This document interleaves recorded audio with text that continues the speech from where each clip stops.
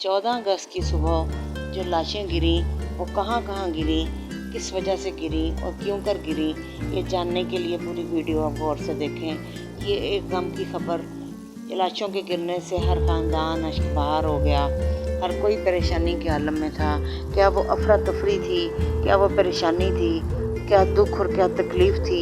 14 अगस्त की सुबह सन 1947 का ये वो वाक़या है जब एक तरफ लोग खुशी से बहुत ज़्यादा मामूर थे कि हमारा मुल्क हमें हासिल हो गया है, दूसरी तरफ लाशों के गिरने से हर तरफ ढेर ही ढेर थे। कोई उठाने और दफनाने वाला नहीं था। जो ट्रेनें इंडिया से पाकिस्तान की तरफ आ रही थीं वो जला दी जाती, बच्चियों की अज़मतें दरी की जाती। हर तरफ तकलीफ़ थी, मुसीबत थी। एक तरफ अपने लगे लगाए घर बार छोड़ कर आना, घर में अपने माल मुआशी को छोड़ के आना, घर में अपना माल जायदाद छोड़ के आना, अपनी कीमती अशिया को ज़मीन दोज़ दफना के आना और इसी आस पे आना कि शायद कोई हालात बेहतर हो जाएं तो वापस जाकर अपनी कीमती अशिया हासिल कर सकेंगे। इसी तकलीफ़ और मुसीबत में क्या ये कम तकलीफ़ थी कि अपना घर बार छोड़कर रवां दवां हो रहे थे और रास्ते में कत्ल कर दिए जाते।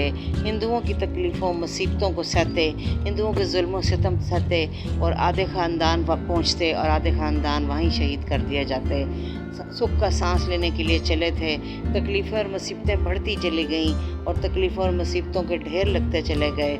पहुंचने वालों में तादाद कम से कम थी, पीछे रह जाने वाले बिछड़ जाने वाले ज़्यादा थे और जो पहुंच जाते उनके पास अपना मालो असबाब कोई नहीं था, क्योंकि अपना घर बार लगा लगाया छोड़ आए थे।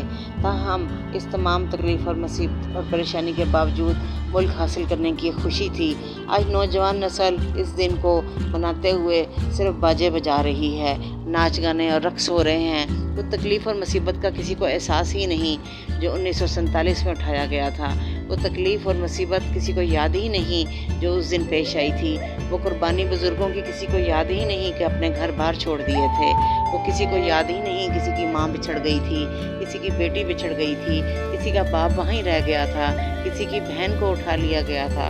इन तकलीफ़ों मुसीबतों से जब यहाँ पहुँचे थे और एक मुल्क बनाकर नई नस्ल को दिया था, उस मुल्क की हिफाजत करने को कोई तैयार ही नहीं, उस बारे में सीरियसली कोई सोचने को तैयार ही नहीं। हर तरफ शोर शराबा है, हर तरफ हंगामा है, बस छुट्टी के दिन को खा पी कर नाच गा कर मनाया जा रहा है। बुजुर्गों की कुर्बानियाँ याद नहीं रखी जा रही क्योंकि बताने वाला ही कोई नहीं। अपने बच्चों को बताएं, अपने बच्चों को समझाएं कि आज के दिन सन 1947 में क्या वाक़या पेश आया था। आज जिस मुल्क में हम इज़्ज़त और एहतराम के साथ रह रहे हैं उसके पीछे कितनी कुर्बानियाँ थीं। इससे पहले नमाज़ पढ़ते हुए भी हमें मार दिया जाता था। आज ये मुल्क हमें बहुत कुर्बानियों के बाद हासिल हुआ है।